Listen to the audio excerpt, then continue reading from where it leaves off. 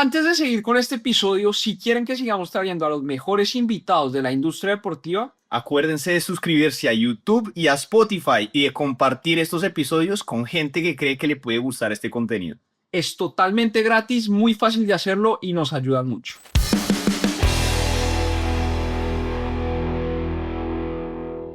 Bienvenidos a un nuevo capítulo de En Juego, donde no hablamos del juego, sino de lo que está en juego en el negocio del deporte. Luke, bienvenido. ¿Cómo va Simon, todo? muy bien, Hoy nos feliz. tocó grabar de noche. A mí me encanta grabar de noche porque se ve toda la vista de la ciudad. No acostumbramos, pero hoy tuvimos la suerte de grabar de noche.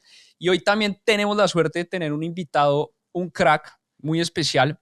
En Juego lleva ya más de 50 capítulos donde hemos entrevistado jugadores, hemos entrevistado scouts, hemos entrevistado presidentes de clubes, personas que trabajan en marketing, personas que trabajan en finanzas, pero siempre nos había faltado un rol muy importante, no solo en el negocio del fútbol, sino en el negocio del deporte en general. Y yo creo que últimamente esta figura de persona que traímos hoy cada vez juega un rol más importante dentro de la estructura de los equipos.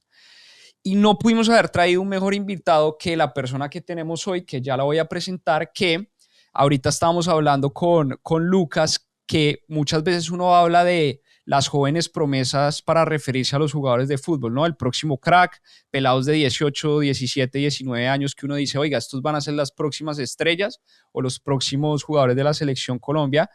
Yo creo que nuestro invitado hoy es ya no es una promesa, pero es una de esas personas que se perfila a ser, y esto es opinión mía, yo creo que el mejor entrenador de Colombia, y muy pronto lo veremos con la camiseta de la Selección Colombia puesta y dirigiendo a la Selección Colombia. Es una persona que ya tiene un recorrido, como les comenté, ha dirigido 3 grandes equipos en Colombia, Águilas Doradas, América de Cali, hoy en día en Tolima, y es de los pocos entrenadores, si no el único junto a Pacho Maturana, entiendo yo, que ha dirigido en Argentina. Tengo el placer de presentar en los micrófonos de En Juego a Lucas González. Lucas, bienvenido a En Juego. Hola Simón, hola Lucas, un gusto saludarlos y bueno, muchas gracias por tus palabras, un gusto compartir aquí un rato con ustedes. Mil gracias a ti por venir y bueno, se vienen grandes retos ahorita, estamos a nada, un par de semanas de que empiece, yo creo que el gran reto del año que es la Copa Libertadores, ya lograron ese primer objetivo que era clasificar de ronda y entrar a fase de grupos y ahora se viene lo lindo. ¿Estamos preparados para eso, Lucas? Sí, seguro, seguro, es algo con lo que soñamos todos los que vivimos el fútbol aquí en Sudamérica, ¿no? Creo que primero uno sueña con ser profesional, después cumples ese sueño de llegar al fútbol profesional y sueñas con algún día estar en la Copa Libertadores. Esta vez nos tocó a través de las fases previas, pasamos 2 eliminatorias difíciles y ahora estamos en fase de grupos y con una ilusión enorme de hacer un buen torneo. Bueno, y ni hablar que la Copa Libertadores representa para los clubes pues una fuente de ingresos muy importante, es casi que cuadran caja con eso. Y me abre espacio a la primera pregunta que te quiero hacer, Lucas, y es que nosotros analizamos mucho y este podcast analiza mucho el fútbol desde el lado del negocio. ¿Sí? Nosotros nos volvimos obsesivos en analizar y entender la industria del fútbol, ¿sí? Y hay unos casos muy emblemáticos de directores técnicos que se volvieron casi que los CEOs de los equipos. Por ejemplo, hace poco analizábamos con Lucas la figura de Jürgen Klopp. Jürgen Klopp cuando entró al Liverpool, el Liverpool tenía una valoración de 980 millones de dólares. Cuando sale Jürgen Klopp del Liverpool, el Liverpool ya tenía una valoración de 5.3 billones de dólares, casi un crecimiento del 300% en valoración. Y si uno lo mira por el lado de ingresos, el Liverpool en la era Klopp duplicó sus ingresos. Si nos venimos un poco más a este lado del charco, lo que fue Marcelo Gallardo para River, yo creo que institucionalmente le cambió la cara a River. Leía la cifra y me pareció impresionante. En la era Gallardo se hicieron fichajes, pues se vendieron jugadores por 190 millones de euros. Entonces te quería preguntar, Lucas, mi primera pregunta es, ¿entiendes tú que el rol de director técnico, aparte pues obviamente de ser el director responsable de la parte deportiva, juega también un rol muy importante dentro de la estructura del modelo de negocio de los equipos, dentro de las finanzas de los equipos? Y desde tu punto de vista, si tú te ves personalmente como una persona que puede llegar a impactar directamente las finanzas y darle la vuelta a lo que es la estructura y modelo de negocio de un club? Bueno, la pregunta es muy buena, ¿no? Porque la gente únicamente lo mira desde el punto de vista de resultados y lógicamente el entrenador es la persona que más asociada está a esos resultados. Si hablamos del negocio como tal, el Liverpool es un buen ejemplo, ¿no?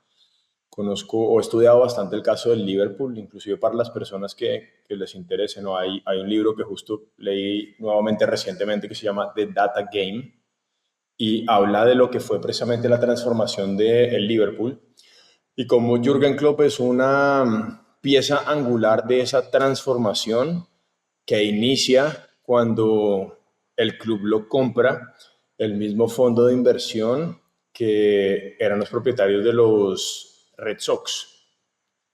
Y lógicamente aplican ese mismo modelo de negocio y traen los data analytics para transformar un club que digamos que estaba a la deriva, ¿no? Muchos años sin ganar títulos importantes, más de 30 años, si no estoy mal, en ganar la Premier League. Entonces, claro, vemos la figura de Jürgen Klopp como si hubiese sido el que transforma el club y él es una figura o una pieza angular importantísima en esa transformación, pero el club no se transforma por Jürgen Klopp. En realidad el mérito lo tienen las personas que lo contratan a él y cómo logran engranar todas las piezas con personas claves que están detrás, y digo detrás porque están detrás de cámaras, no porque sean menos importantes, apoyando todo ese proceso. Ahora, lo que creo que es más importante cuando uno analiza esta industria nuestra es entender verdaderamente en dónde está el dinero cuando hablamos de fútbol, ¿no? Y principalmente hay dos fuentes grandes de ingresos, sobre todo en el fútbol colombiano, sudamericano, en donde los ingresos por derechos de televisión son eh, ínfimos en comparación, por ejemplo, a una liga como la brasileña o ligas como las top de Europa. Y acá básicamente los ingresos son en ir a torneos internacionales por el dinero que te da la Conmebol por participar en Copa Libertadores, son básicamente patrocinios y derechos de televisión, y el otro es la venta de jugadores. Entonces aquí hay varias piezas que derivan en lo que un entrenador puede hacer. Lógicamente el entrenador es responsable directo de los resultados y los resultados son los que te llevan a aspirar a jugar torneos internacionales. Nosotros acabamos de acceder a la Copa Libertadores fase de grupos y para llegar a la fase de grupos tienes que o ser campeón de tu país. Nosotros perdimos la final contra Junior en diciembre y era un partido de ida y vuelta que le significaba al club 3,5 millones de dólares. Para el fútbol colombiano es muchísimo dinero. Desafortunadamente lo perdimos y por eso sumamos suficientes puntos para ir por reclasificación a lo que es la fase 2 de repechaje. Y por esa fase 2 el club recibe, creo que son $500,000. Si pasas a la fase 3 el club recibe $600,000. Y si entras a la fase de grupos, el club recibe $3 millones.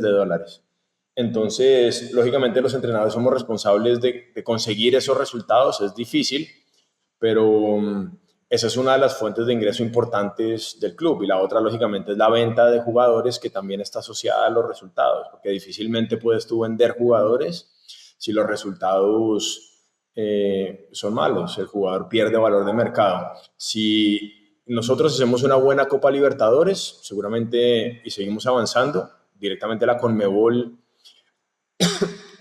le dará ingresos al club, pero también el valor de mercado de los jugadores aumentará y nuestros jugadores tendrán posibilidad de ser vendidos a otros países, a otras ligas mejores. Lo hicimos ya el semestre pasado, en 6 meses logramos vender nosotros a un chico a la MLS, a Mauricio González, que fue a Minnesota por 1,2 millones o algo así. Entonces ahí es en donde están las fuentes de ingreso del club. El entrenador sí entiende esto y está alineado con lo que el club quiere lograr. Seguramente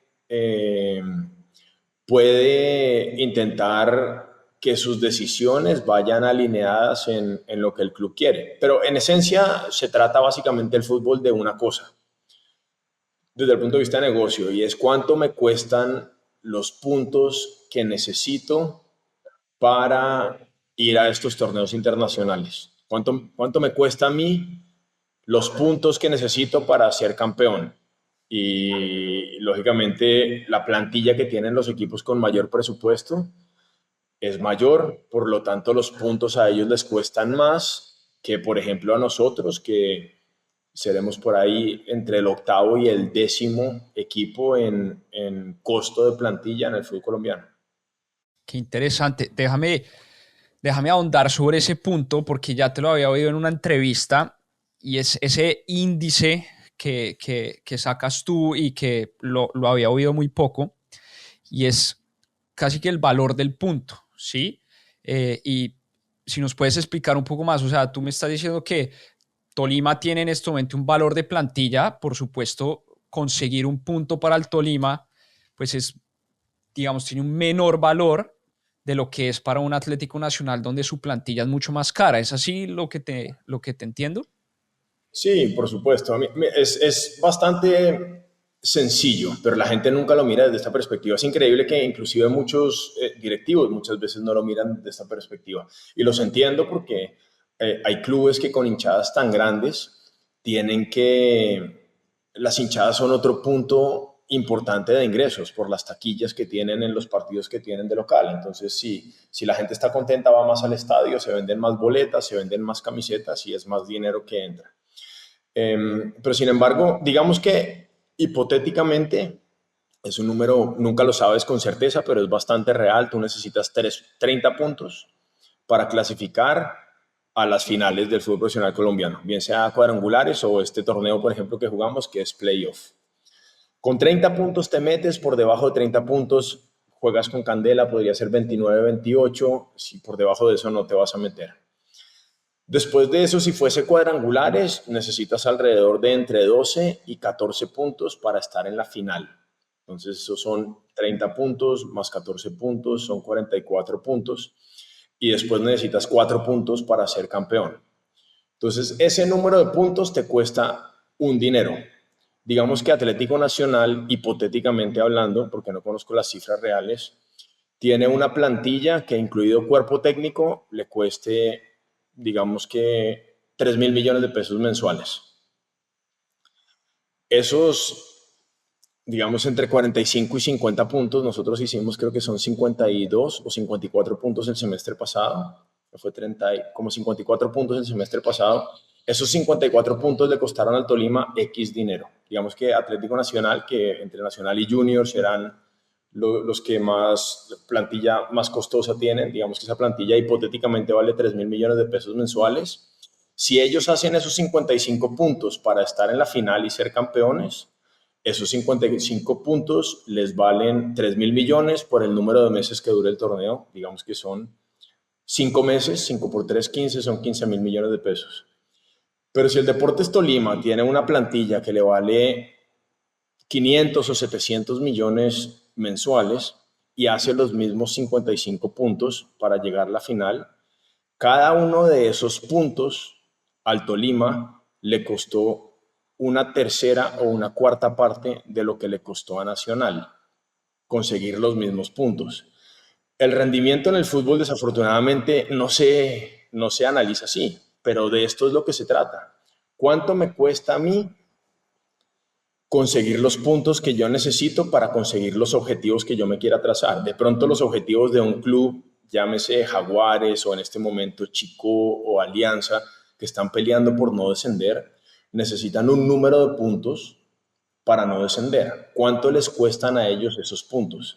Y si el objetivo es ser campeón o ir a torneo internacional, bien sea Libertadores o Suramericana por reclasificación, los puntos están ahí. Nosotros podemos anticipar bastante o predecir de una forma bastante acertada cuántos puntos necesitamos para conseguir esos objetivos. Nosotros sabíamos cuántos puntos necesitábamos para ir a Copa Libertadores por reclasificación y le apuntamos a eso. Y entonces el análisis de rendimiento que tú tienes que hacer en una plantilla y en un cuerpo técnico es cuánto me costó eso y si con lo que me costó yo fui capaz de cumplir o no cumplir con ese objetivo. Entonces, el equipo de mejor rendimiento el torneo pasado, Deportes Tolima, llegó a la final con un presupuesto muy inferior a Junior. Entonces, en relación de éxito, sin contar la final, porque Junior es campeón y como consecuencia recibe esos 3,5 millones de dólares.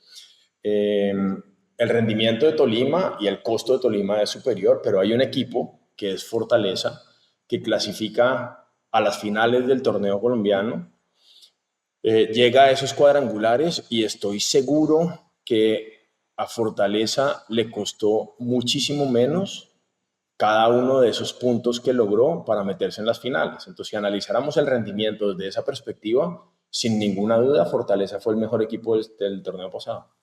Qué interesante además. Creo que muy pocas personas lo piensan así desde el punto de vista de negocio, pues hace mucho sentido. Sí. Si yo soy presidente de un club y quiero salir a contratar un cuerpo técnico, pues ese es un índice que naturalmente tengo que mirar. Es qué Tal cual. técnico me hace más puntos con la plata que tiene y según eso, pues yo salgo a buscar los técnicos que necesite. Sí, Muy sí, interesante. además yo creo que la parte emocional nubla un poco la exigencia que Exacto. tiene cada equipo y le quita todo el peso de la lógica que están tomando ciertos dirigentes con el presupuesto que tienen y no evalúan a un equipo o el rendimiento, como explica Lucas muy bien. Entonces, muy, muy interesante. Pero listo, Lucas, nos estabas explicando las fuentes de ingresos de un club y me quedo con una que es muy importante, sobre todo en Colombia, y es la venta de jugadores. Y te quería preguntar si tú crees que el scouting debería ser política del club o si el cuerpo técnico debería estar completamente involucrado, porque al final, al ser una parte tan grande de los ingresos que recibe el club, ¿cómo crees tú, desde tu posición, que esto se debería manejar? Sí, es una muy buena pregunta, ¿no? Ese libro que yo mencioné antes de Data Game explica muy bien cómo lo hizo el Liverpool, porque el éxito de un equipo depende directamente del scouting que tú puedas hacer, porque el fútbol es de los jugadores. Los entrenadores podemos creer que somos los mejores del mundo, pero nosotros dependemos de los jugadores. Entonces, claro, aquí está esa dicotomía en donde muchos entrenadores dicen, yo voy a un club y yo me llevo los jugadores que yo sé que me dan rendimiento, pero después no tienes el resultado que tú quieres, el rendimiento es muy bajo y el entrenador se tiene que ir y hay jugadores que se quedan con contratos de 3 y 4 años, pasa mucho en Europa. Si ustedes analizan ahora cuántos jugadores tiene prestados el Chelsea con los contratos que tienen, puedes tener 3 equipos de primera división en cualquiera de esas ligas de Europa. Es increíble. Entonces, desde el punto de vista de negocio, esto no tiene ningún sentido. Lo más coherente es que exista una secretaría técnica, pero sobre todo es que el scouting se haga en función a un modelo basado en el rendimiento y no en el sentimiento. La mayoría de clubes, la mayoría de personas, de scouts, de entrenadores, ficha en función de sentimiento. Y si tú fichas en función de sentimiento, es exactamente lo mismo que pasa con el stock market. Entonces tú tienes acciones que en algún momento están sobrevaloradas y acciones que están subvaloradas, pero hay que intentar encontrar cuál es el valor real de esa empresa para saber en qué momento tú debes comprar y en qué momento tú debes vender. Entonces esto suena como si estuviéramos hablando de otra cosa, pero el ejemplo perfecto es un futbolista, llámese cualquiera, que la temporada pasada en Colombia, digamos, en un torneo de semestre, hizo 14 goles y su valor de mercado está disparado por arriba. Pero si tú tienes la forma de evaluar con metodologías de usando data analytics, puedes ver cuántos fueron los goles esperados que con las ocasiones que este futbolista creó debió haber marcado para intentar ignorar un poco ese ruido que te genera la suerte que está implícita en el juego del fútbol. Entonces, de pronto tú te das cuenta que este jugador únicamente creó chances para haber marcado 8 goles, pero resulta que estuvo en un momento de suerte muy alto y terminó marcando 14 goles. Son muchos goles por encima de lo que él debía marcar. Pues cuando tú ves este tipo de relación, te das cuenta que siempre hay una en inglés se dice regression to the mean, siempre ahí vamos a regresar a la media, porque la buena suerte y la mala suerte nunca es sostenible en el tiempo. En otras palabras, el casino siempre gana. Si yo voy al casino una vez y gano plata, lo mejor que puedo hacer es no volver y asegurar que yo capitalizo en esa ganancia, porque a la larga voy a perder más de lo que voy a ganar. Entonces, en el scouting, desafortunadamente, prima el sentimiento y las emociones. Entonces, si este jugador hizo 14 goles, queremos pensar que es un jugador que cuando yo lo fiche también va a hacer 14 goles. Y lo que va a resultar pasando es que este jugador, si sigue creando las mismas ocasiones, va a regresar a hacer los 8 goles que debió haber marcado la temporada pasada. Y estas discusiones las tenemos siempre en el fútbol. A mí me ha pasado constantemente. Afortunadamente, he sido expuesto en mi formación general y después mi formación como entrenador a otro tipo de información, y soy profesional en ciencias del deporte, entonces tengo un pensamiento científico de por sí, e intento aislar un poco el ruido que genera el sentimiento. Entonces, el entrenador debe estar involucrado. Seguro que la opinión del entrenador es inteligente que sea tenida en cuenta. Más allá de lo que yo piense, es que no tiene ningún sentido que tú le lleves a un entrenador de fútbol jugadores que él no quiere tener, porque no va a haber una buena comunión, simplemente porque el entrenador de entrada va a sentir que le están poniendo jugadores y que él no es tenido en cuenta en esa decisión. Pero tampoco tiene ningún sentido que el entrenador sea completamente autónomo, a no ser que tenga su propio club. Y yo siempre digo, si no te gusta, cómprate un club. Tienes como comprarte un club, entonces intenta trabajar en pro de lo que el club quiere, y lo más importante es entender qué es lo que quiere hacer el club y crear una secretaría técnica en donde se identifican perfiles. Lo que nosotros siempre hacemos es identificar los perfiles que necesitamos en función de cómo queremos jugar, y el cómo queremos jugar tiene mucho de subjetividad, pero por eso me contratan a mí y no a otro entrenador. En el caso particular mío, queremos ir a ganar jugando de local o de visitante, queremos tener el balón, queremos tenerlo cerca de la portería contraria, y los clubes que nos contratan saben que eso es lo que están contratando. Pero más allá de eso es identificar estos perfiles, y lo que nosotros hacemos es dar nombres que se adaptan a esos perfiles. Yo nunca me encargo de hablar con jugadores ni de cerrar contratos, simplemente en el momento en que es necesario, de pronto porque hay un jugador que a todos nos gusta y tiene opciones de otros clubes, yo intento intervenir como entrenador para convencerlo simplemente. Pero idealmente hay una secretaría técnica que es la que se encarga de aterrizar estos perfiles, de evaluar los diferentes perfiles y de tomar la última decisión. Muy interesante. Yo creo que la pregunta es muy buena y la respuesta aún mejor, porque pues para nadie es un secreto, y para Lucas tampoco, que una de las profesiones yo creo que más inestables del mundo es la de técnico, ¿sí? Sobre todo en países como el nuestro, donde un técnico, no sé, no gana 5 o 6 partidos y sale, y muchas veces lo que pasa es que todos los jugadores que trae el técnico quedan dentro de la plantilla, viene un técnico nuevo, no le gusta trabajar con esos jugadores que están, y se vuelve ya un problema de club, que pasa en muchos clubes, y yo creo que pues la respuesta de Lucas es muy buena, en el sentido que esto tiene que ser una política del club donde todos los actores, cuerpo técnico, junto secretaría técnica, pues se tienen que hablar y tienen que opinar. Entonces, te tenía un caso hipotético muy, pues obviamente aterrizado, digamos, muy explicativo, ¿sí? Dale. Para que la gente entienda, y en tu experiencia donde ya has visto varios clubes. Si un club tiene, no sé, si el de Olima al día de mañana le va muy bien en Copa Libertadores y le ingresan 10 millones de dólares, ¿sí? Y digamos, tú tienes la posibilidad de elegir qué hacer con esos 10 millones de dólares. Tú dirías, oiga, yo creo que lo mejor para un club como modelo de negocio, en este caso entendiendo el contexto de Deportes Tolima, es salir a contratar 2, 3 estrellas, ¿sí? Que me van a potenciar mucho la plantilla profesional.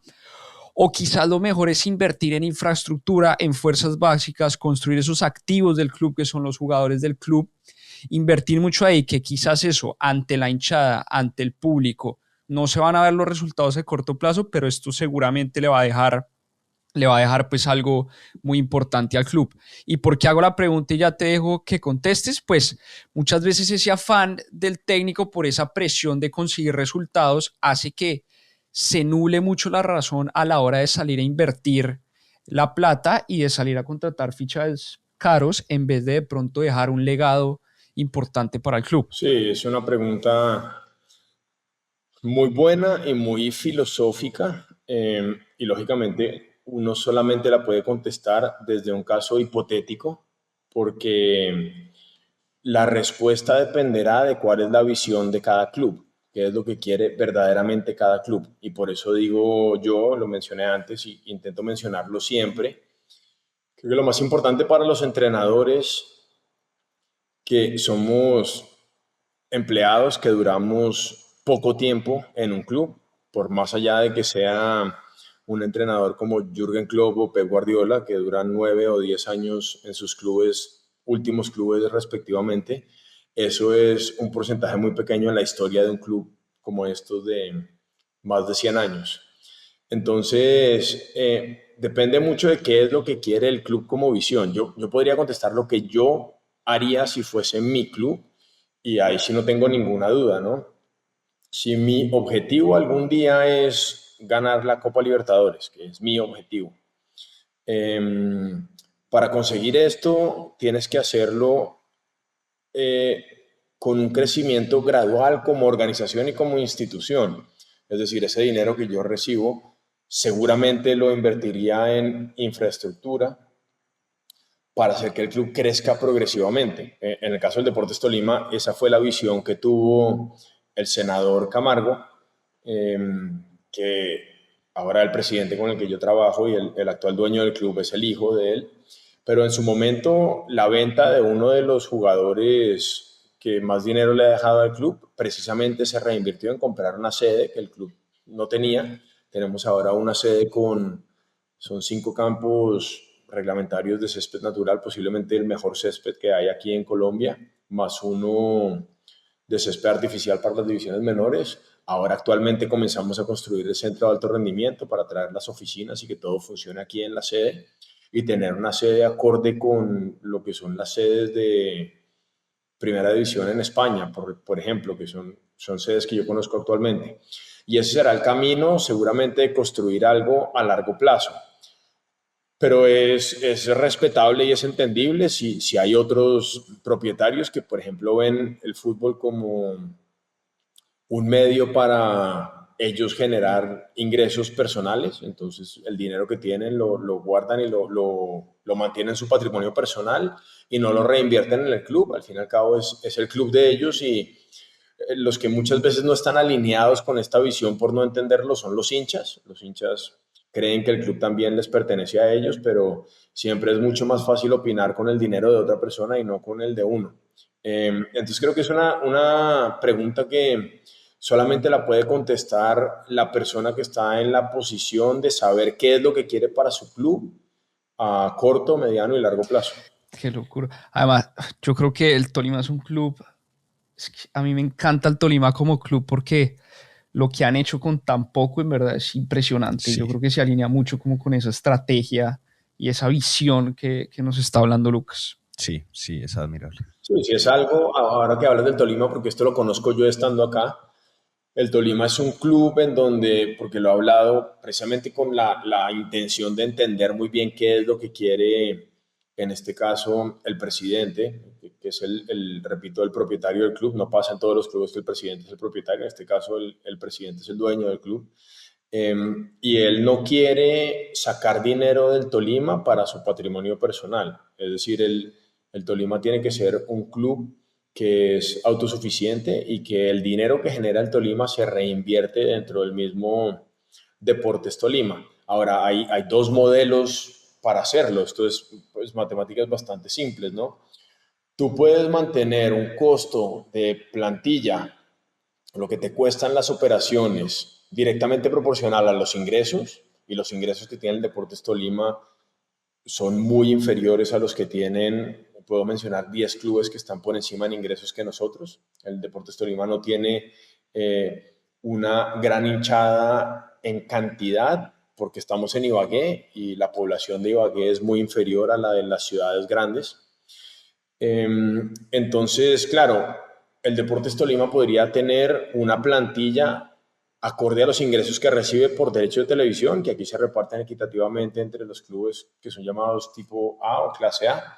Y entonces eso permitiría aspirar a lo que aspiran muchos clubes, que es intentar entrar una vez cada 3 años a los 8, a ver si de pronto puedes conseguir algún premio de esa perspectiva, o le apuntas a tener una plantilla que en costos es muy superior a lo que ingresas, pero eso significa que tienes que cerrar este gap con resultados deportivos, es decir, venta de jugadores o clasificación a torneos internacionales. Entonces, si hipotéticamente hablando, esta distancia que hay entre ingresos y costos es de $2 millones anuales, tú necesitas encontrar la forma de que al final de cada año generes esos $2 millones de otra forma. Y la otra forma es participación en torneo internacional o venta directa de jugadores. Por eso nosotros dependemos de que nos vaya bien y de que podamos vender un par de jugadores cada año. Si no, sería imposible que el Deportes Tolima existiera como club.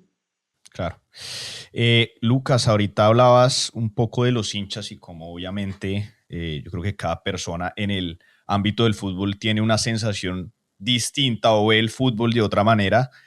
Seguramente un hincha lo ve desde un lado un poco más emocional, el director técnico, la dirección deportiva se basa mucho más en la data o busca otras estrategias como para sentir el fútbol de otra manera.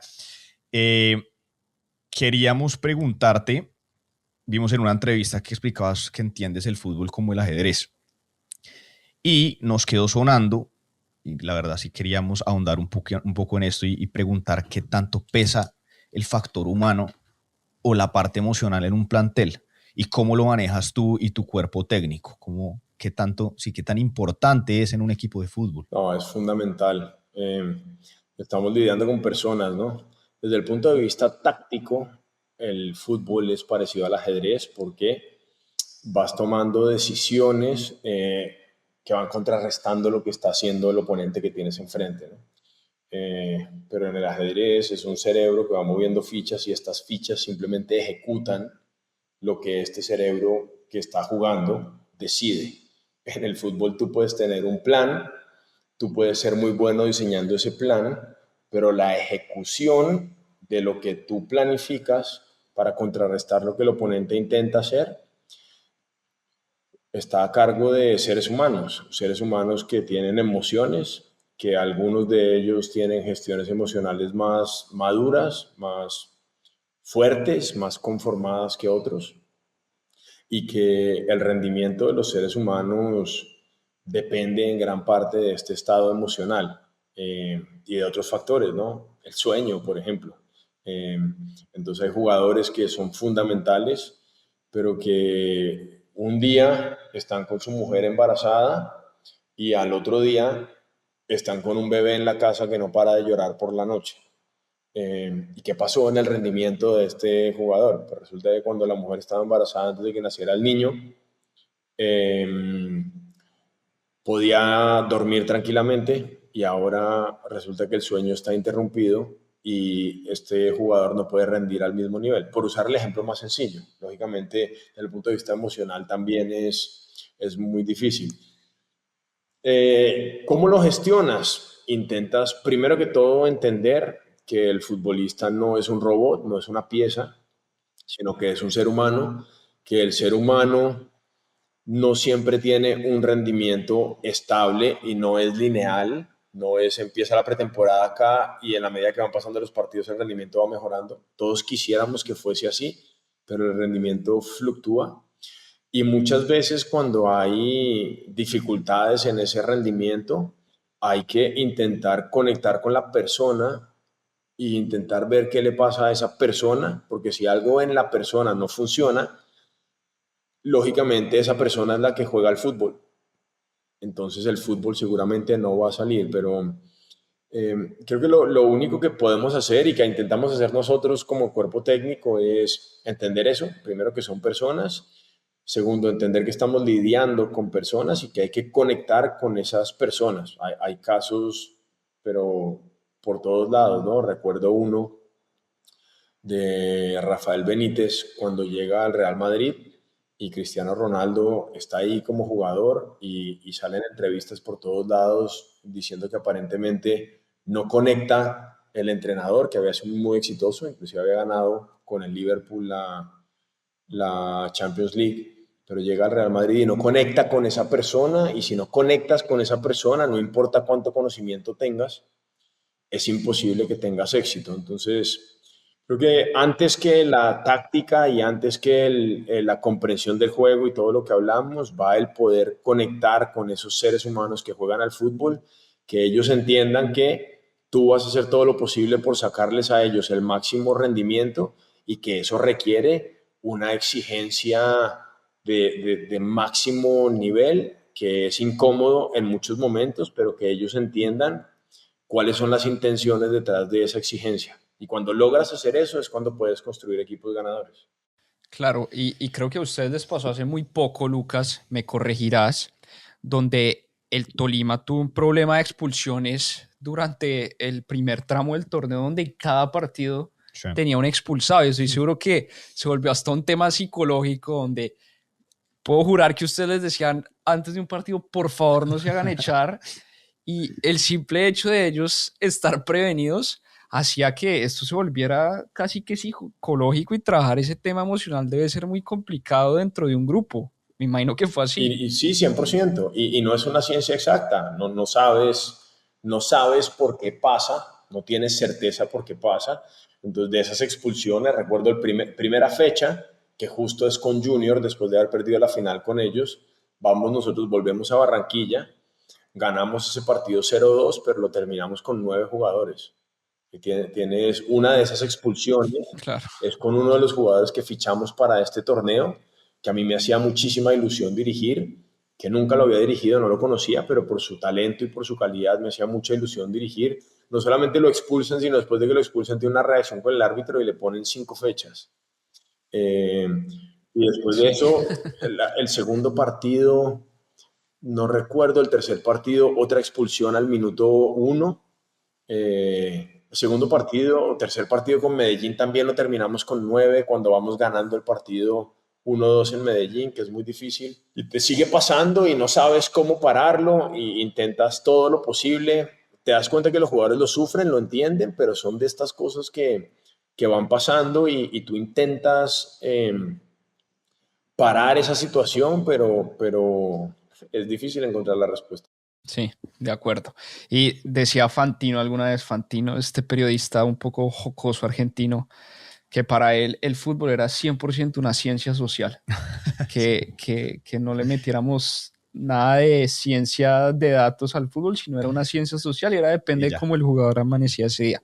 Obviamente, pues llevándolo a un extremo. Lucas, tengo una pregunta. Sí, de acuerdo. Pues hay un factor humano que no depende innegable de los datos. De acuerdo. Te tenía una pregunta, Lucas, en cuanto al rol del técnico, ¿sí? Porque uno que lo ves de afuera, uno que es un hincha de fútbol, uno siempre, yo creo que en cualquier discusión, uno viendo un partido con un amigo o en familia, uno dice, oiga, ¿qué tanto afectará en serio el rol del técnico? ¿Sí? Entonces tengo una pregunta también un poco medio teórica, y es, ¿qué crees tú que es más difícil? ¿Que un buen técnico salga campeón con jugadores normales o que unos jugadores muy buenos salgan campeón con un técnico normal? Un poco para entender el impacto directo de un técnico. Es una pregunta muy buena. Yo quisiera afirmar la primera, porque significa que yo soy más importante de lo que verdaderamente soy, pero no es así.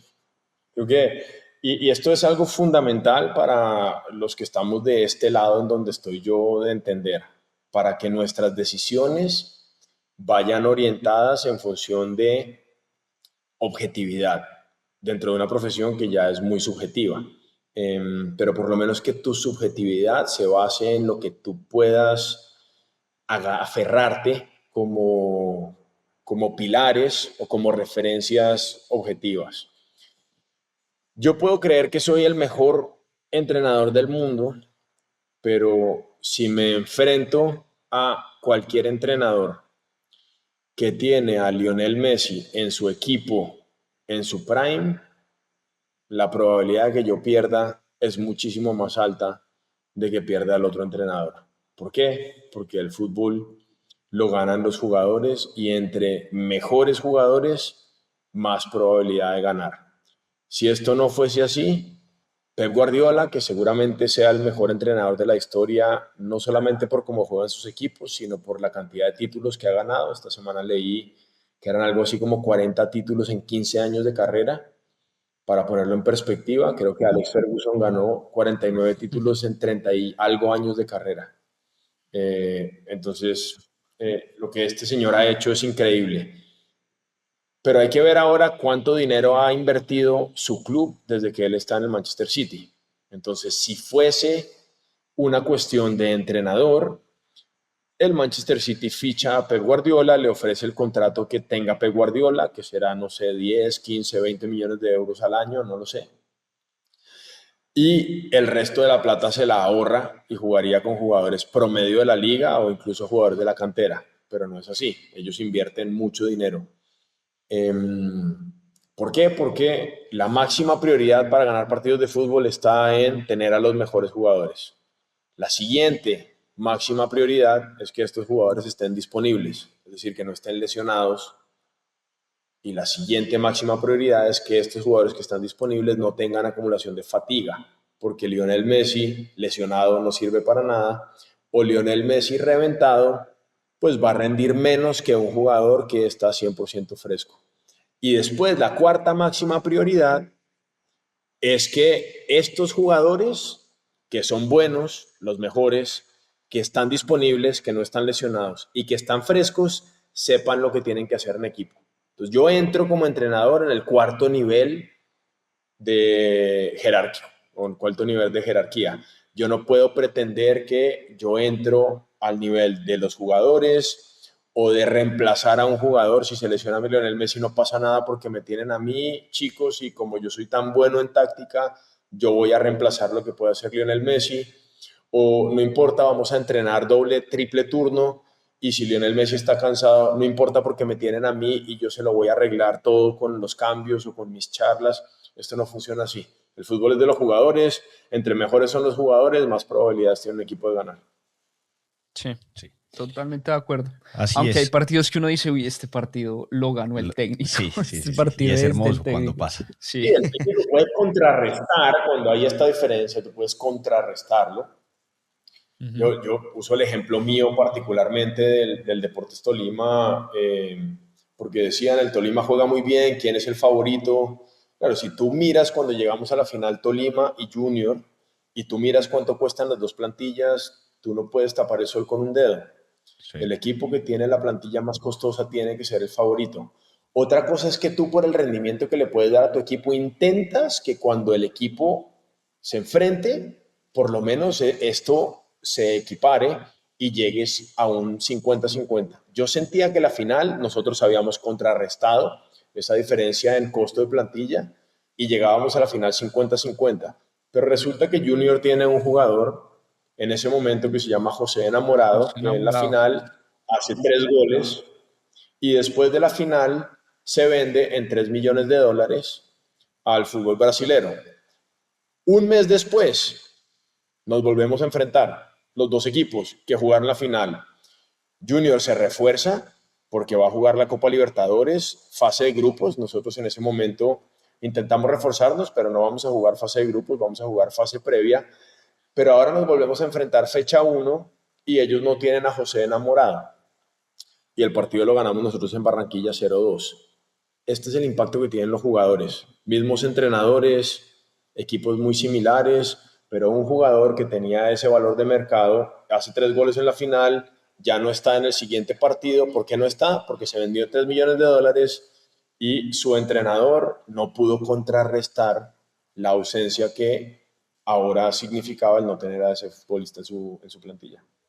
Sí, qué buen ejemplo además porque los jugadores caros pues son los que aparecen en partidos como Los en las momentos finales. importantes. Y se vio en esa final. Esa final fue, yo creo que nunca le había visto un partido. Siempre fue un crack, pero el partido que jugó José Absurdo. Enamorado fue Sí, impresionante. absurdo. Y Lucas, hablando ya del valor del jugador, creo que mucha gente ya de hecho está como medio obsesionada sobre el valor del jugador y lo que cuesta y cuánto va a costar esta transferencia, a dónde se va a ir. Nosotros queremos entender un poco cómo funciona eso, pero en el cuerpo técnico.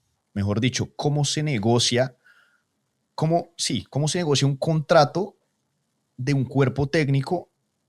Mejor dicho, se vende como un paquete, cuáles son esos no negociables, cómo es esa negociación entre el presidente y el técnico, cómo es esa negociación desde principio a fin. Sí, yo me imagino que yo apenas estoy empezando en esta carrera, entonces tampoco he tenido muchas negociaciones. Los entrenadores, seguramente la mayoría también tenemos un representante igual que los jugadores que se encarga de gestionar toda esta parte contractual y hacer los paquetes, pero nosotros propiamente, los clubes tienen sus políticas. Entonces, por ejemplo, yo cuando estuve en Águilas y en América de Cali, fuimos a América, fui yo con 3 asistentes, 2 asistentes y un preparador físico. Cuando fuimos a Argentina, fuimos dentro del paquete de cuerpo técnico, yo con 4 asistentes, fui con mis 2 asistentes que estaban en América, con mi preparador físico y con un analista de datos que trabaja conmigo ya hace mucho tiempo, desde que estábamos en Águilas, pero en Argentina va él dentro de mi cuerpo técnico. Pero cuando regresamos a Tolima, Tolima tenía la política de que ellos solamente contrataban a un entrenador, un asistente y un preparador físico. Entonces tú negocias el valor o intentas negociar si el valor que tú consideras o al que tú aspiras, el representante se encarga de esa negociación y ya lógicamente el entrenador decide si acepta o no acepta estas condiciones. A mí por cosas de la vida, ¿no? Duramos un tiempo sin entrenar, queríamos elegir una buena opción. Uno de mis asistentes, Alexis Enríquez, tiene la posibilidad de ir a trabajar en el club del que él ha sido hincha siempre, el Once Caldas en divisiones menores, y dirigir la categoría sub-20. Entonces nosotros quedamos los 3 y el Tolima en ese momento solamente contrataba a 3 personas, así que por eso desde esa perspectiva fue más fácil, porque si no hubiese sido mucho más difícil el tener que decidir si el club dice es la política que tiene el club y no está dispuesto a cambiarla. Seguramente que si yo no estoy dispuesto a sacrificar a uno de mis asistentes por venir al club a trabajar, pues hubiesen elegido en ese caso otro entrenador. Pero pues básicamente tú tienes tu grupo de trabajo, yo como entrenador acuerdo los montos con mis asistentes en función de lo que podemos nosotros ganar como cuerpo técnico y repartirlo seguramente en las partes equitativas y básicamente ese es el tipo de negociación y los contratos funcionan dependiendo de las políticas de cada club. No hay clubes que tienen contratos que hacen a término indefinido, con una cláusula de salida bilateral. Si alguien quiere venir a buscarte, tiene que pagar X número de meses del contrato. Si tú te quieres ir o si el club quiere sacarte por resultados o por la razón que sea, pues aplican esa misma cláusula. O lo más común es que normalmente se trabaje por proyectos, ¿no? Tú firmas un contrato a término fijo por el año que sea o el tiempo que sea que acuerdes con el club. Muy interesante. Y me quedé pensando también en lo del índice que hablábamos al principio. Yo creo que es una buena estrategia de negociación para un técnico decir, sacar ese índice y decir, Sí. oiga, es que conmigo cada punto le va a costar tanto Sí. y yo soy más eficiente que el resto. Lucas, estamos llegando al final del episodio. Quería hacerte una última pregunta. Muchas personas que siguen en juego y que oyen en juego son las nuevas generaciones, ¿sí? Que quieren entrar a la industria del deporte, ya sea desde el lado de marketing, de patrocinios, de scouts, pero hay muchos también que sueñan con ser técnicos de fútbol en un futuro. Entonces, siempre le preguntamos a nuestros invitados un consejo para esas nuevas generaciones que nos están oyendo y que quieren entrar a la industria del deporte, en este caso específico, que quieren ser entrenadores de fútbol. ¿Qué tiene que hacer un pelado hoy en día para llegar a dirigir primera división en fútbol? Son 2 cosas, básicamente. La primera es estudiar y la segunda es entrenar. Estudiar todo lo que puedan. Estamos hablando de personas que quieren ser entrenadores. Y lo segundo, entrenar todo lo que puedan, entrenar el máximo número de horas que puedan. Yo empecé a entrenar en 2006. Paré de jugar fútbol durante un tiempo porque tuve un problema en la rodilla. Después eventualmente me recuperé de la rodilla. Me fui a Australia con la ilusión de seguir jugando. Jugué en Australia fútbol de segunda división con la ilusión de jugar fútbol de primera división. Pero todo ese tiempo que estuve en Australia, fueron casi 10 años, mientras jugaba, también entrenaba niños, entrenaba por las tardes, entrenaba todo lo que podía. Entonces, cuando miras el tiempo en donde empieza mi carrera en fútbol profesional, yo ya llevo 20 años entrenando, porque el entrenar tiene mucho de táctica, tiene mucho de comprender el juego, pero también tiene mucho de pedagogía, tiene mucho de tú hacer que otra persona entienda algo que no entiende.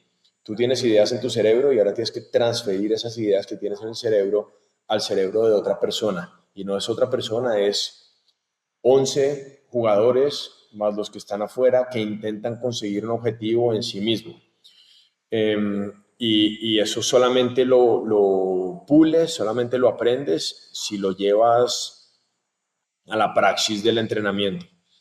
Y ahora, desde la perspectiva de estudiar, hay que estudiar lo que es, hay que aprender a elegir selectivamente qué es lo que uno puede estudiar. Yo particularmente me he formado con un mentor que tengo que se llama Raymond Verheyen, es un holandés.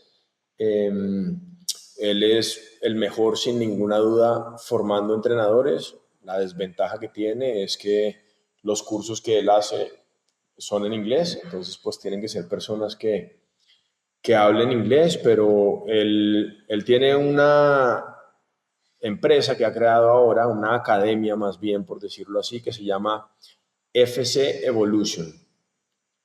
Y ha publicado los mejores libros que ningún entrenador podrá encontrar en fútbol, directamente en lo que es el proceso de entrenamiento en fútbol y todas las variantes que derivan de ese proceso de entrenamiento. Y ahora después de la pandemia, ha creado mucha formación virtual o online y hace muchos cursos presenciales en Europa. De cualquier persona que quiera ser entrenador de fútbol tendría que aprender inglés únicamente por tener acceso a los cursos de Raymond y estudiar uno todo lo que pueda, y en función de eso seguramente irá derivando otras cosas. Raymond es seguramente el que más me ha influenciado, pero viví muchos años en Barcelona para aprender de Paco Seirulo. Tengo una relación cercana con Paco y Paco me ha ayudado a entender el fútbol desde la perspectiva de fútbol Johan Cruyff, desde la perspectiva de fútbol Barça. Y eso es lo que me ha permitido a mí paso a paso ir aprendiendo las referencias que he necesitado para ser entrenador, y el entrenar tantas horas a niños de todas las categorías antes de ser profesional es lo que me ha permitido en la praxis aprender a ejecutar lo que son las acciones de un entrenador. Bueno, a practicar, a Sí. estudiar, a entrenar. Yo creo que eso le cae a cualquier ámbito, ¿no? Sí. Y cualquier persona ahorita que está oyendo a Lucas y que quiere ser entrenador se lleva una gran recomendación. Sí. Oye, todos los recursos que nos dejó Lucas durante el episodio, los libros, acá noté de Data Game, el curso, todo, yo creo que lo podemos poner ahí en Spotify para que la gente Sin duda. recuerde y sepa cuáles son. Sin duda. Pues bueno, ahí lo tienen. Lucas González, para todos los oyentes de En Juego. Fue un placer tener aquí a Lucas, aprendimos muchísimo, ojalá ustedes también. Acuérdense de suscribirse a nuestros canales de YouTube y de Spotify, de darle las 5 estrellitas, las notificaciones, y nos vemos en un siguiente episodio. Lucas, muchísimas gracias por tu tiempo y ojalá nos veamos otra vez en Juego. Sí, muy en pronto, algún punto, cuando sea técnico de la selección. Cuando esté dirigiendo la selección. Lo traemos. Ojalá que así sea, que los sueños se cumplen si estamos dispuestos a pagar el precio. Muchas gracias a ustedes por la invitación. Gracias, Lucas. Gracias, Lucas.